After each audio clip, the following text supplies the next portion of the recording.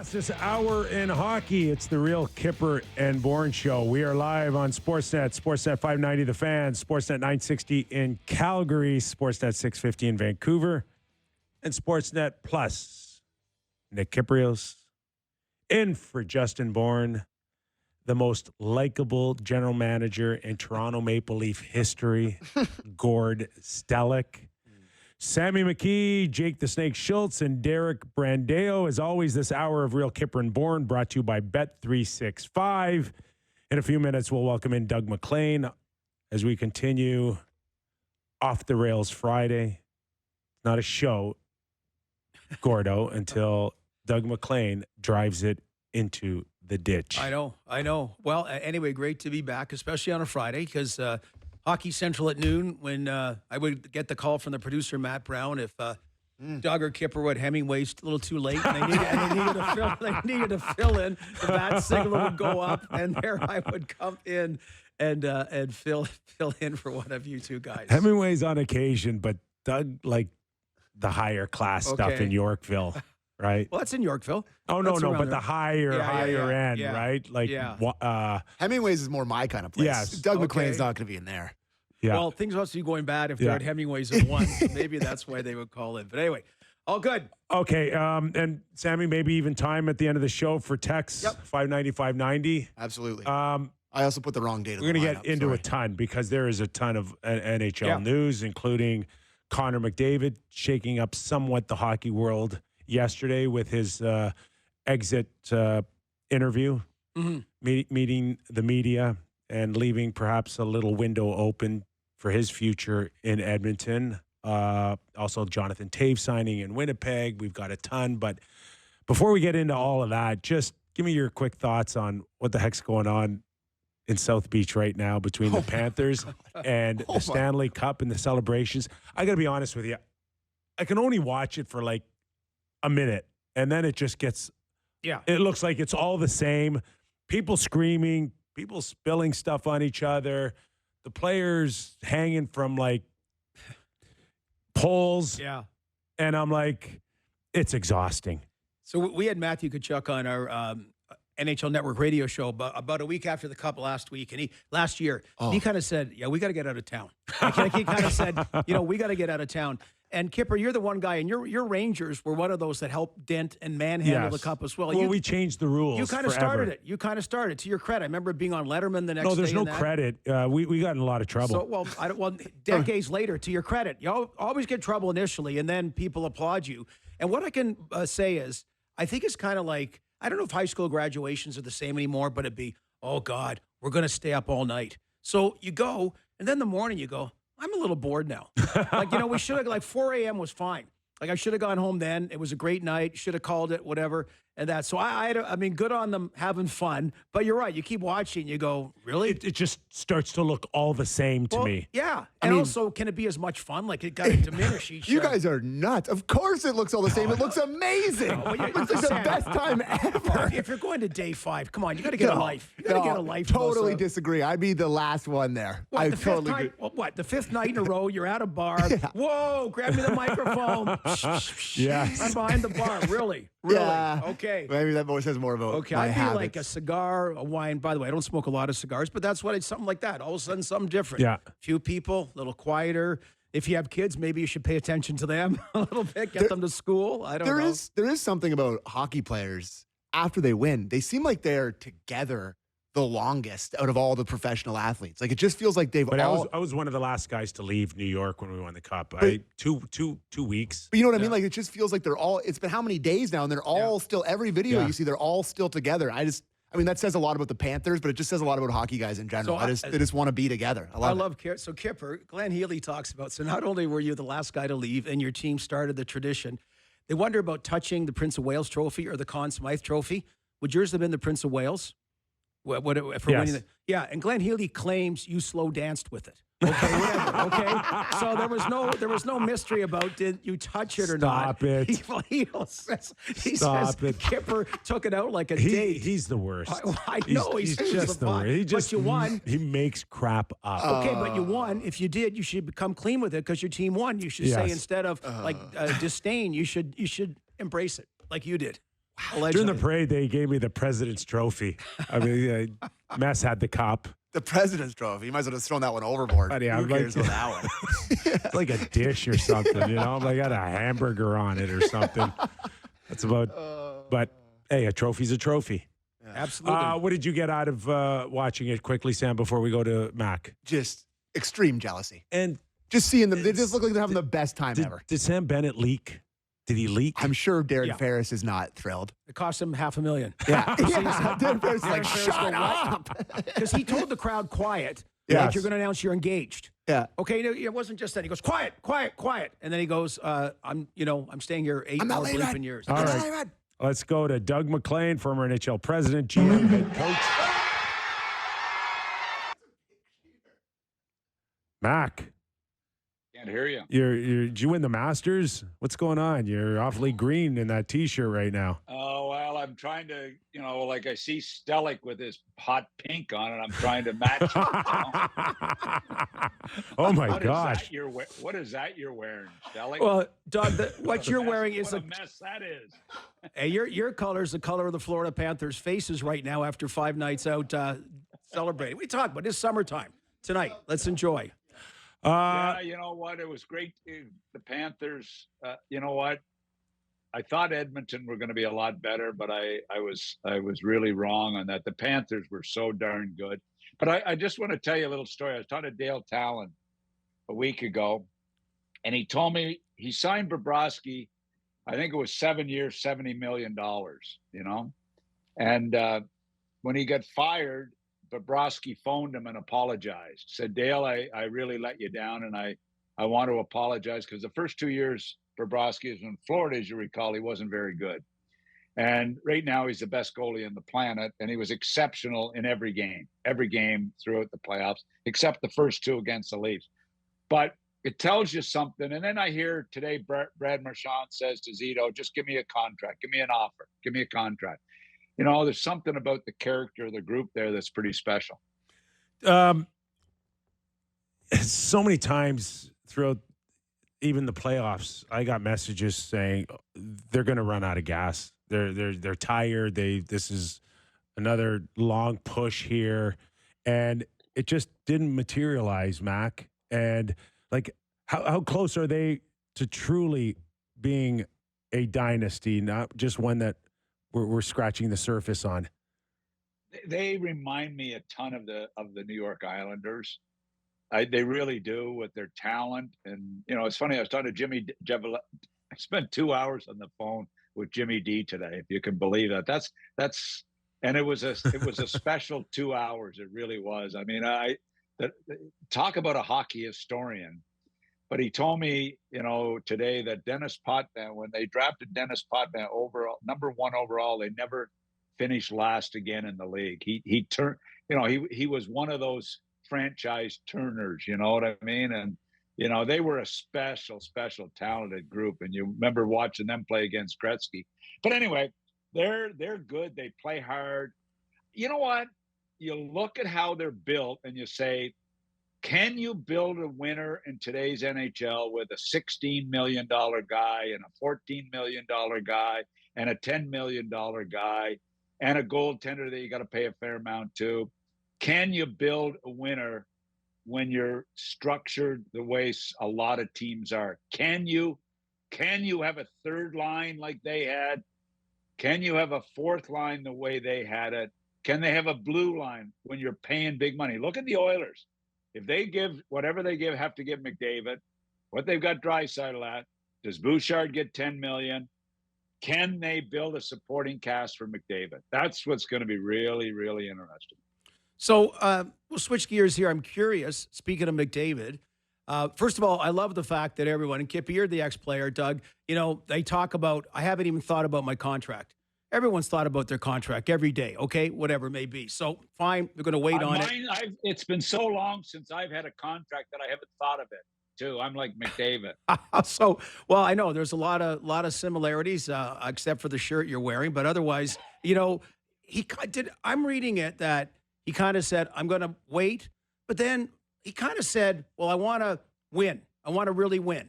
Well, he's on a team that's made the final twice. Like right now, the only team he's talking about are the Florida Panthers. In some way, was there a subtle, maybe whatever, whether you want to call it a shot or just say to the Edmonton Oilers, to your point, Doug, is I got to get a better supporting cast. Like if I'm going to make a decision and winning's everything, that I'm just giving you a little hint right now that all isn't right. Yeah, and I look, I think he's the best player in the world. I really do. I guess I'd say he's the most talented player in the world, okay? But there's one thing about hockey and about the Stanley Cup Finals is the only thing that goes on the scoreboard is goals, okay? Only thing that goes up on the board is goals. Not if you're the best skater, best passer, best playmaker. Goals go on the scoreboard. And he had 1 goal in 6 games. 1 in 6. So he has to also have a look at himself. And as well, the Oilers have to look at the supporting cast. Does that make sense?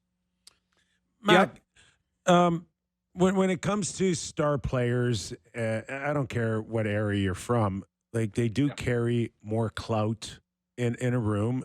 And obviously even upstairs or behind the bench. And I think we saw that with Connor McDavid yesterday in his comments that there's a ton of weight behind what he said or what he didn't say. But is there a danger in going down that path publicly?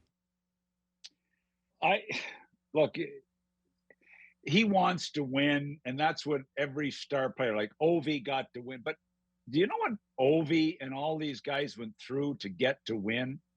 It took a while. It took a long time to win, you know? And it takes a long time to win a Stanley Cup unless you're lucky, unless you get on a team and you're really lucky. I watched, you know, I talked at length today about Stevie Y.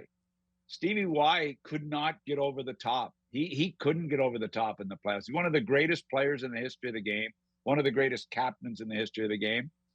But he couldn't get over the top. And Gord remembers because Gord was around when the Leafs came back from a 2-0 deficit to beat us. And then we lost the next year to San Jose.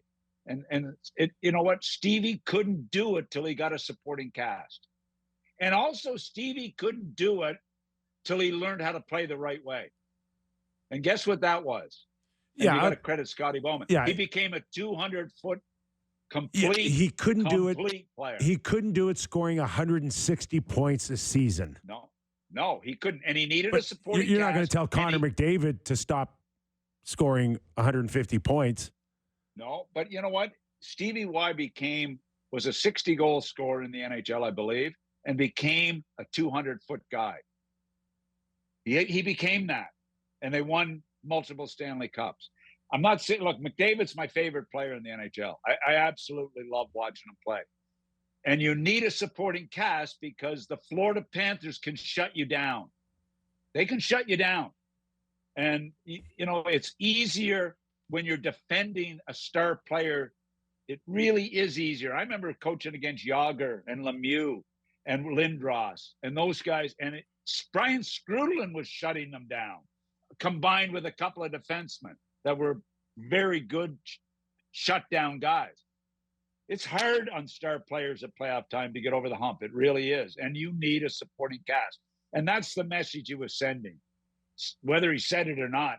And I'll tell you what, if Skinner and Kapanen and Arvidsson are your supporting cast, you ain't winning the cup, man. So, Doug, since you brought it up, 1993, Kyper's 1 year away from winning a Stanley Cup with the Rangers. So the Leaf-Red Wings series, what else I remember? Here we are off the rails, the broadcast career. Leafs 7-game series on the Fan. Howard Berger moderated the dueling assistant general managers, Doug MacLean of the Detroit Red Wings and Bill Waters of the Toronto Maple Leafs. And it might have been some of the best radio I heard. It wasn't even close, Waters compared to me. Well, it worked out well for both of you eventually, but honest to God, that was... We both ended up suffering the same fate. We both got fired. We went to radio, TV. We both got fired there. So Bill and I have a lot in common. Well, he had about a 20, 30-year run. So anyway, I remember that being... Now, on the Edmonton side, Doug, when you look at it, because Like I was pissed off the series. I thought it felt like a 4-game sweep, even though there were 6 games. And now you take a breath, and Connor McDavid said, "Oh, RNH had a broken hand. We know Zach Hyman's out. Trent Frederick he just said he was 70, 80%. I don't know what Vander came, but at a minimum, he just ran out of gas from what he had. So all of a sudden, depth-wise, injuries are injuries, but you kind of look, wow, that's a lot of guys that were either in Hyman's case not available or not close to 100%. No, and that's where every team is in the final. Did you see Barkov's hand? Did you see what Barkov played with? 13 stitches. In the palm of his hand for a big-time centerman shutdown guy. That's pretty tough, too. Tkachuk battled through a serious injury. I mean, lots of guys. When you're in the finals, everybody is hurt. Everybody's hurt. Kyper, you know that from the Rangers. Oh, yeah. Everybody is injured and everybody's banged up. But depth is so important. I mean, adding Seth Jones and Marchand to that team at the deadline was a unbelievable task and a great job. And they both were stars, and they made a third line. Marchand made a third line that was one of the best third lines I've watched in the playoffs in a long time. And and I know how important third lines are in the playoffs when everybody else is getting shut down. We talk about it with the Leafs every year. Where's their third line? So, I love the way they're built. I love the way they compete. I love the way they play. And now every GM in the league is sitting there saying, what do I have to do to be like the Florida Panthers? That's what they're all saying. Okay, just I can't close this thing off on McDavid until you answer me at least this question. He basically said it, no rush. So it makes 0 sense to expect him to have those type of comments yesterday and then turn around and sign July 1st. So he's not signing. Between July 1st and whenever, how nervous are Edmonton Oiler fans, or should I say Stan Bowman, as a general manager? I used to worry whether I could re-sign Luke Richardson. Is Luke going to walk, or is this guy going to walk? It was always a concern. I would say that Stan will sleep the way I slept when I was said to the Hockey News when I was a coach. I slept like a baby. I'd sleep for 2 hours and I'd wake up and cry for 2 hours. I suspect that'll be Stan Bowman's sleeping routine for the next 6 months. This is as big as it gets. This is the biggest difference in being a general manager when I was a general manager or Gord was a general manager. We could keep guys till they weren't a free agent until they were 31. And if we offered them a year and an option, you had them till they were 33. And now you've got the best player in the world, most talented player in the world, an unrestricted free agent. And he's a year or two later than he really had to be. This is devastating. This will, I can't imagine how they feel right now worrying about this in Edmonton. Well, like I said, it's to me still priority one, obviously, with the Edmonton Oilers. On the other side, who would have thought a year is a long time, and a week from now, I know it's still going to be 10 days till the UFA, but Mitch Marner, he could leave with a whimper rather than a bang, just because the Brad Treliving DNA remarks. His contract happens to be up. He's going to be probably the best unrestricted free agent in the modern era. So where do you see him going? Do you see a trade being facilitated by the Leafs before to mitigate it a little bit? What do you think the end game is? I think that will there be a trade? Does he have to approve a trade? I guess he does, right, Nick? He would. He'd have to approve it. There's no move. If it's the place he wants to go, he might consider it. I think it is monumental that this has happened. I'm blown away that this has happened. I am shocked that this wasn't dealt with in January or February. And I'm shocked that a 107-point guy may walk away with not one asset coming back. Asset management is one of a hockey organization's top moves, is to make sure you get assets in return. And this is to me, and I don't care how mad the fans are at Mitch. I've watched him play, and I know how damn good he is. And I know how hard it is to find players that good. And this is a devastating loss to have him walk out the door. I don't know if he's going to go to Vegas. I don't know if he's going to L.A. I don't know if he's going to Carolina. He's going to go somewhere where he's got a chance to win. I guarantee you that. Can Brad Marchand make up for any of that?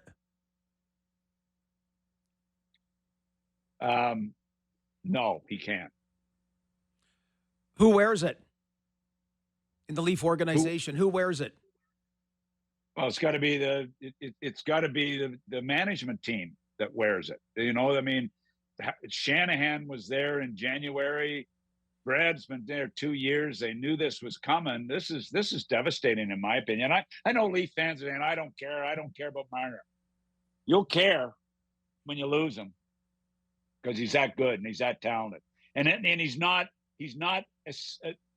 he's a multi-dimensional player. For a small guy, this guy does a lot, from checking, from penalty killing, from playmaking. So yeah, it's a tough loss. I feel for Brad. I like Brad a lot, but man, oh man, I just see this guy walking out the door, and I think it's devastating for them. I really do. And people can rip me all they want. I don't really care anymore. But I mean, Did you ever? Just think, oh yeah, I was very sensitive at times. Yeah. We do know Brad Marchand can add something if the Leafs are fortunate enough to sign him. But what you're saying, and it needs to be Marchand plus. And judging by Bennett's comments last night while he was having a few cocktails, it didn't appear that he's going anywhere. Why would he? Why would he even consider it? You know, I mean, they've got such a special thing going there between him and Kachuk and Ryan, you know, the group there. I mean, I think they've got a special thing going with that group, and why would any of them want to leave? And plus, I live in Florida. I know some people in Canada hate Florida now because of Trump, but I don't spend time in Mar-a-Lago, and I don't see them, and I don't care about them. But so I'm fine, and I think it's a reasonably good place to spend 7 months a year.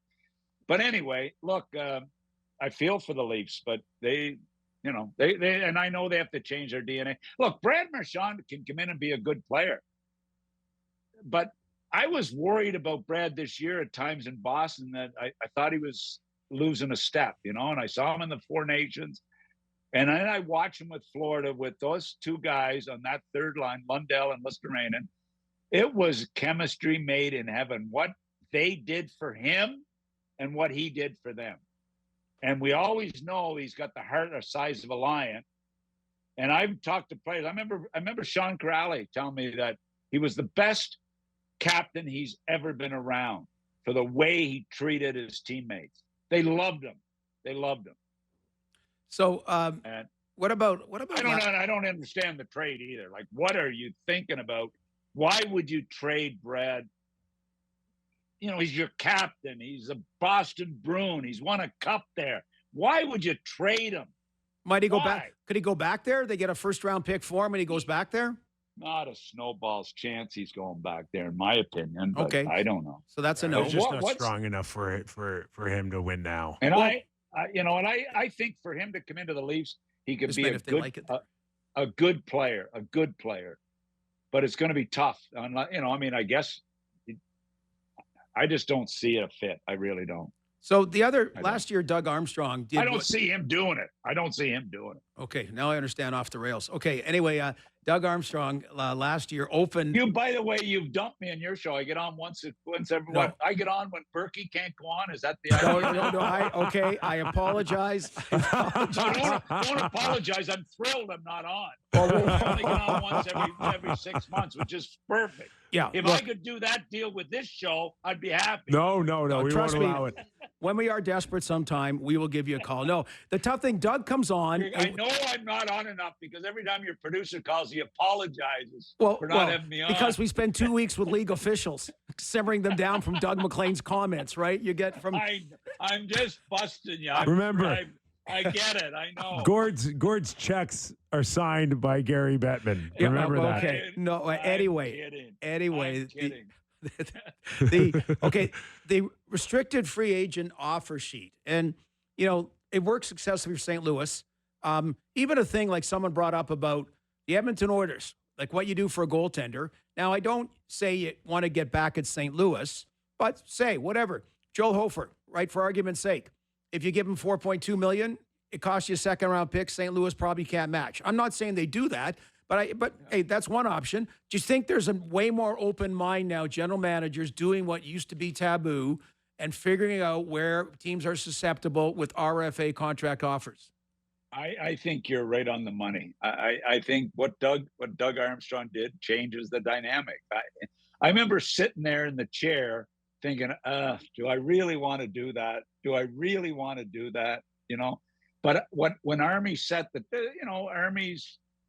Army's retired now. He's going to be president, so it's a little easier. He's not. Steen is the guy that's going to be, paying the price a little bit. Although Army will still be the boss. I liked what Army did. We've seen it in the past a few times. I will be very surprised if we don't see some of it this summer. I really do. It is now a legitimate tool. It's a little bit like analytics. It's a tool, and you use it.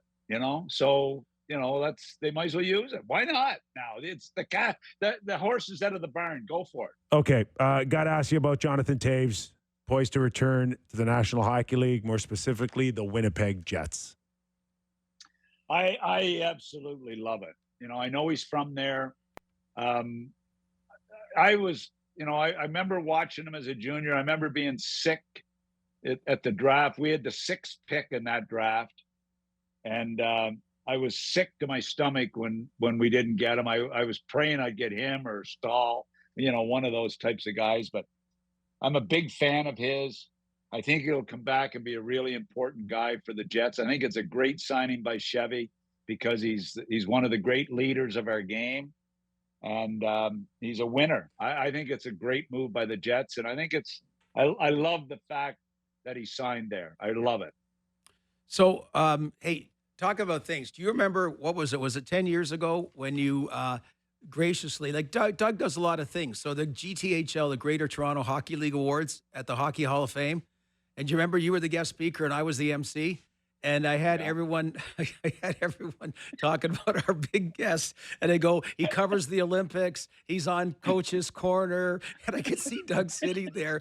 And then I said, wait, it's not Ron. It's not Ron MacLean. I go, I don't know what to say about Doug MacLean, but you're always a good sport about that stuff. Oh no, you were hilarious, Gord. I got to tell you were hilarious. And you know what? The fans were the people that were there were as excited that it was me versus Ron MacLean too. So Absolutely. It worked out well both ways. Absolutely. No, look, I forgot about that, Gord. You're a real comedian. So you're going to take these talents to the draft, correct? I'm going to the draft. As a matter of fact, you're covering it for us as well. We haven't told you that yet. I'm covering it for you guys. I'm there. I'm speaking at a conference, and I just heard yesterday that a fellow speaker at the conference is Bill Daly. So Bill and I will get a chance to talk, about old times. And I forgot that it was Gary Bettman that put the salary cap in. I forgot all about that. Oh, wow. And how did you forget that? I know. I forgot all about it, that it was his idea to put the cap in.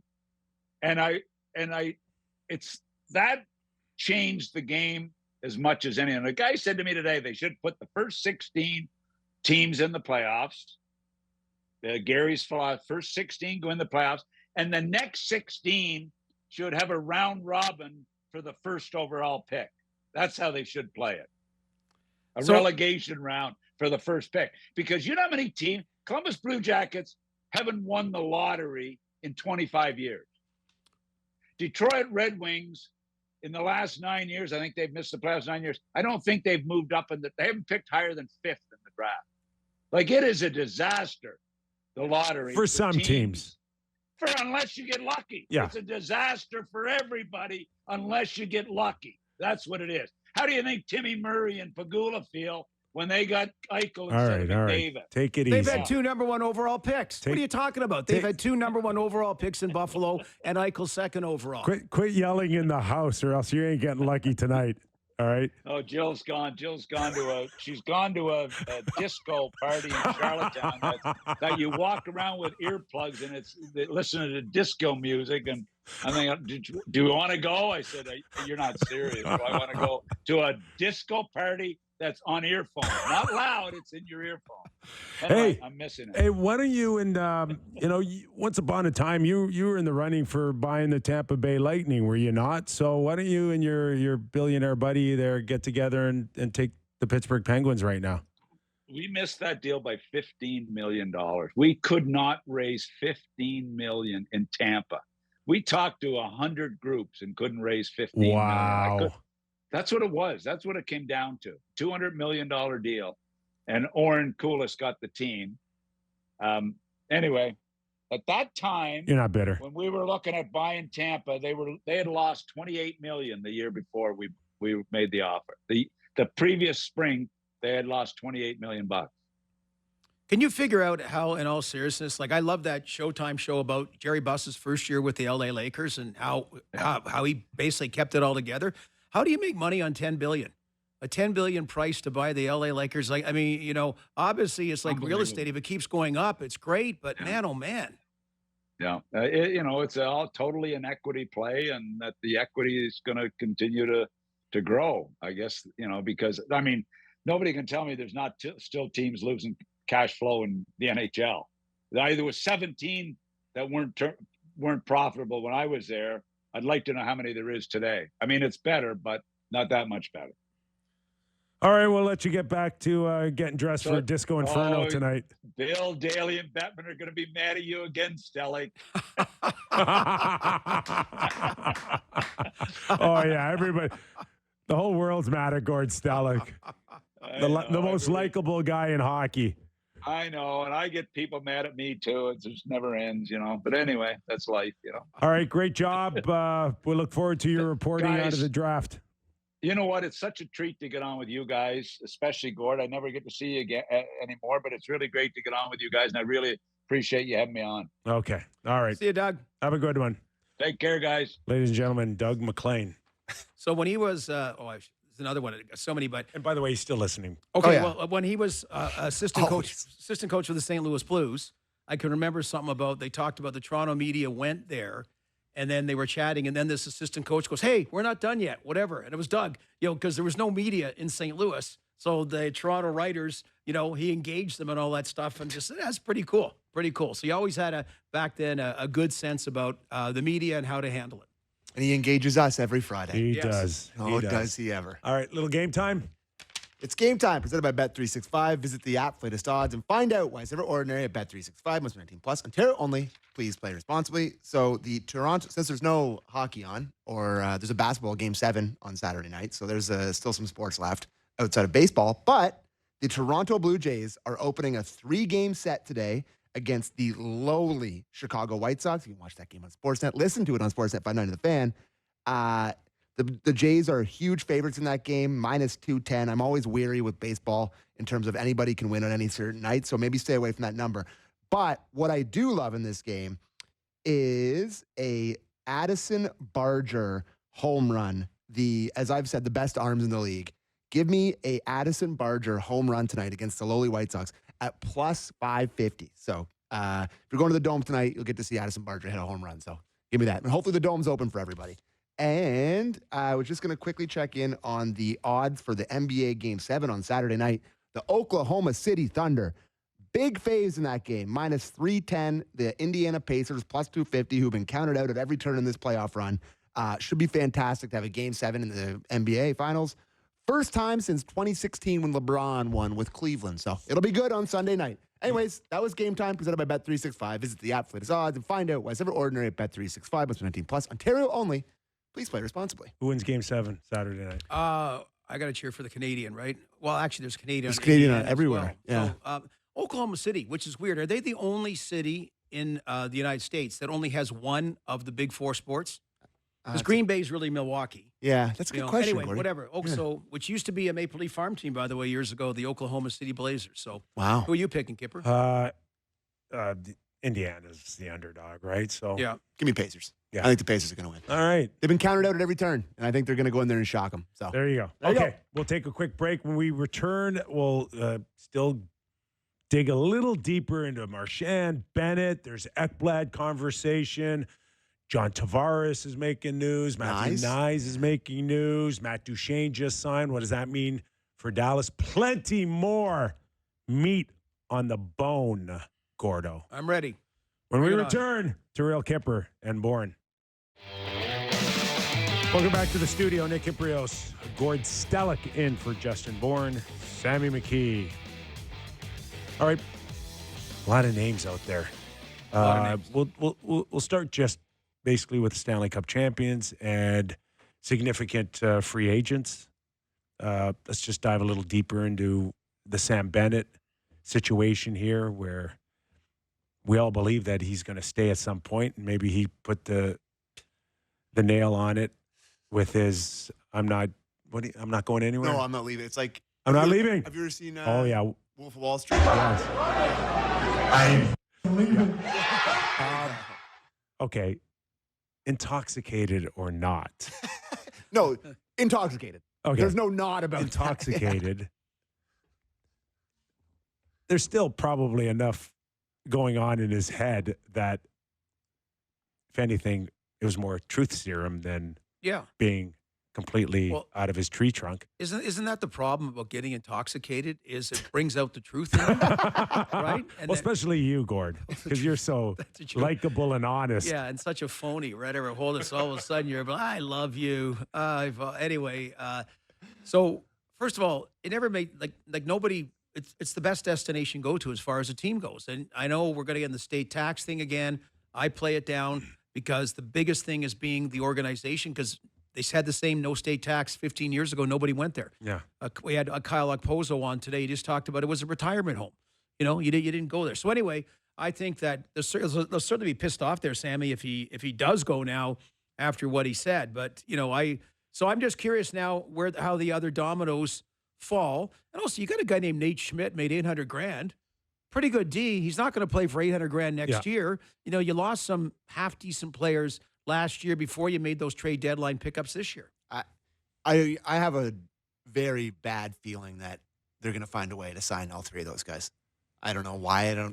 I saw you talking about Marchand, but something sneaky scary tells me that Marchand's going to end up back there and Ekblad's going to end up back there and Bennett's going to sign.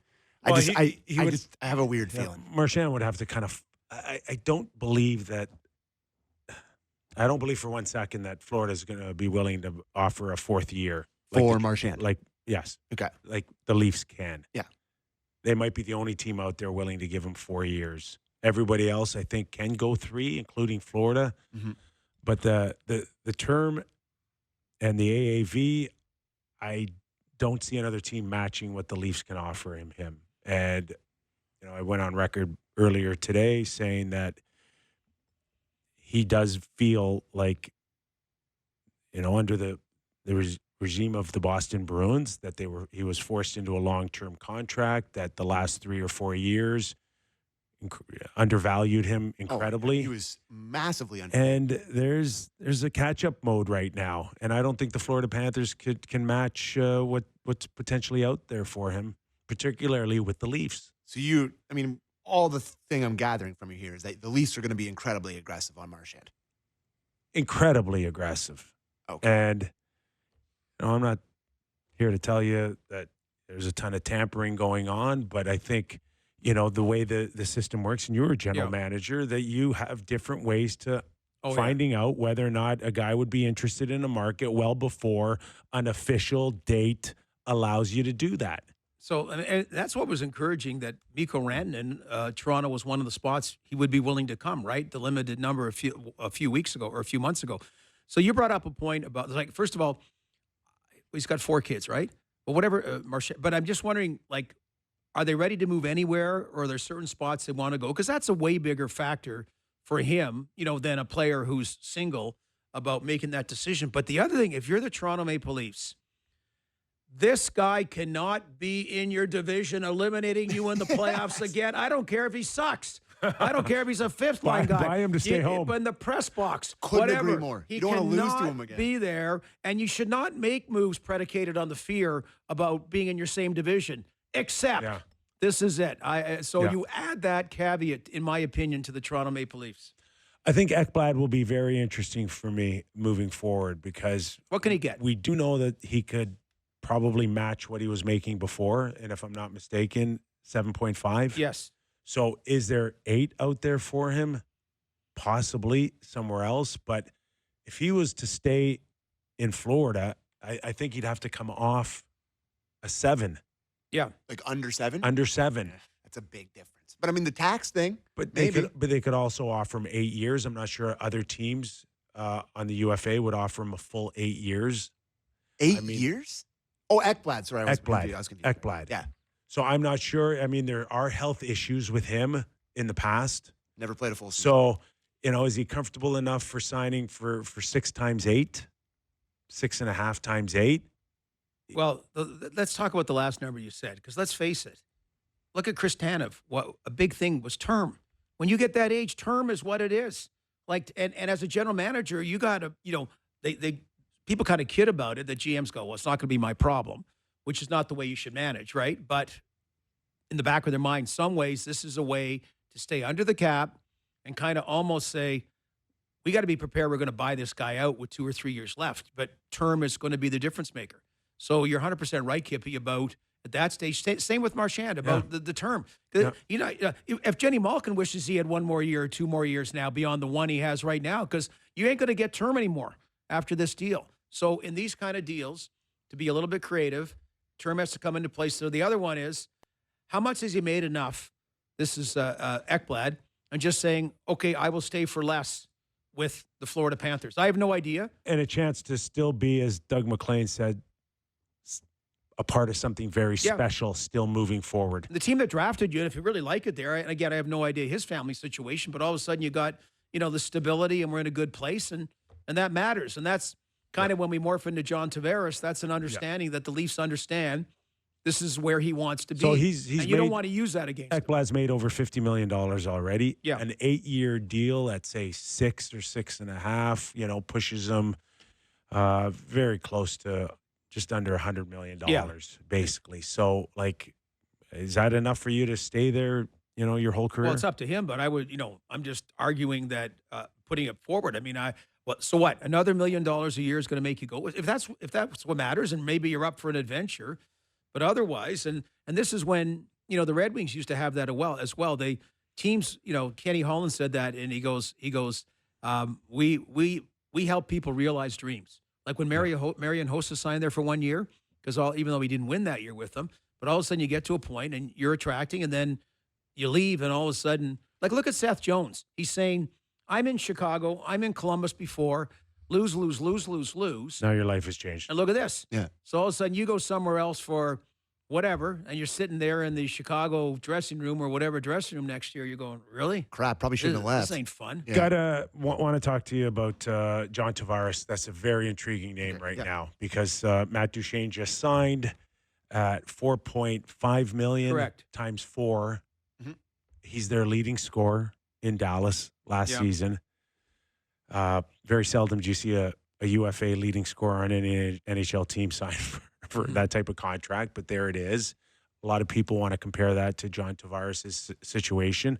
Others want to say, hold on for a second, 38 goals, that's like a 7 or an 8 attached to it, not a 4. Where are you on comparing Duchene to Tavares? Okay, let's do the comparing. What is Matt Duchene getting that John Tavares won't be getting? Buyout money from the Nashville Predators. Hard to believe they bought him out his last 3 years of his contract. So he's getting another 2.5 or something like that. So I think he's viewing this a little bit more as top-up money. So John Tavares wasn't bought out by anyone. So there's not that 6 years at $2.5 million buyout that he's got coming. So no, I think the market, obviously more money. Well, and if Mitch Marner's gone, you have more money. John Tavares obviously is not going to make $11 million. So you're going to save money on him, whatever he takes. But I think that's too late for John Tavares, 4.5. I just thought this was going to be kind of a layup. I didn't think that we were going to be. Why should he take a layup? Well, because why didn't William Nylander take a layup? Well, because he's at a different point of his career. I don't. If he's so desperate to be here, and he's like, all he ever says is wants to be a Leaf, he loves it here, all this stuff. It's just like that's why you want to take advantage of people that really want to be here. Yes, you want to take advantage of them. Well, so you're better off playing that I can go wherever I want to go and get top dollar. Well, look where it's a game of chicken right now. They've been giving in for 10 years. He's not playing it well though. Whether you're taking advantage, but you know what? Maybe I don't know. You insult him enough or piss him off enough, and he goes somewhere else. Like I mean, he's an asset you really need. He came here. He came to retire a Leaf. Yeah, and he is incurring the wrath of the fan base. I know it's business, but the fan base where he was on Long Island, like he came here and paid a price as far as his legacy went with the island. Like I again, you can look back at things probably a little too quick to make him captain. Then at the end, when they uncaptained him, he handled it with a lot of class. And the other thing that people just want to look at a contract or a number and then call it a day and compare it obviously to other 38-goal scorers, but where is John Tavares' fit for the Leafs? Are you going to try to beat Florida Panthers next year with Austin Matthews as your number one centerman and John Tavares again at number 2? So you think John Tavares was the reason at number 2 center that you lost to Florida? Yeah, I think it's a big reason. It's the one reason? No, not the one reason. There's a bunch of other reasons. I don't think John Tavares. Well, Mitch Marner didn't do the job either. And he's gone. That's why he's going. And he's going. Well, you want half the team to go? The ones that didn't help in the playoffs beat Florida, maybe. Well, then you're going to open up $87 million in the cap. What I'm saying is I appreciate John Tavares, and I appreciate that he can produce in the regular season, but he's not a playoff type of guy that has had much success over 16 years. I mean, he's never seen the light of day of a conference final. And putting John Tavares in the number 2 hole again to go up against Barkov, Bennett, and Lundell will not get you very far again. So if you're going to pay him $6 or $7 million, are you going to try him again at number 2? Okay, I was going a little bit higher than 4.5. I wasn't going like 7. Where are you going? Maybe as high as 6. Like more about 5.5, 6, whatever. 6 as your number 2 centerman? Well, whatever he may be. 6 as your number 2 centerman. Okay. Yeah. I don't want Matthews and Tavares 1-2 next season. Well, give me someone better. For me. Bring back Nazem Kadri. Yes. Okay, that ship sailed. Nazem Kadri, Zach Hyman. They should be here right now. Go get William Karlsson out of Vegas. Okay, well, that's the one. That's what you do. You do the proactive, preemptive trade. He's got 2 more years, a little over 5. Okay. Trade Mitch Marner for that. Get him. There you go. That's what you need to do. So where does that leave Tavares then? 3rd line center? 2nd line wing? What do you do with Tavares now? Well, the wing thing is never every anyway. So if he's understand what I'm saying? If he's a bit of an overpaid 3rd line center, it's still giving you great depth with 3 centers. What are we talking about? Brad Marchand playing on the 3rd line of the Boston Bruins, be given that chance and succeeding. So if Tavares is on a 3rd line because they've upgraded their 2nd, maybe you're overpaying him a little bit, but that's a strong 3 centers. I'd go with that. Okay. All right. But yeah, I got to bring that number down as a 3rd line centerman now. Okay. Yeah, I said it last week. I don't think it can start with a 5.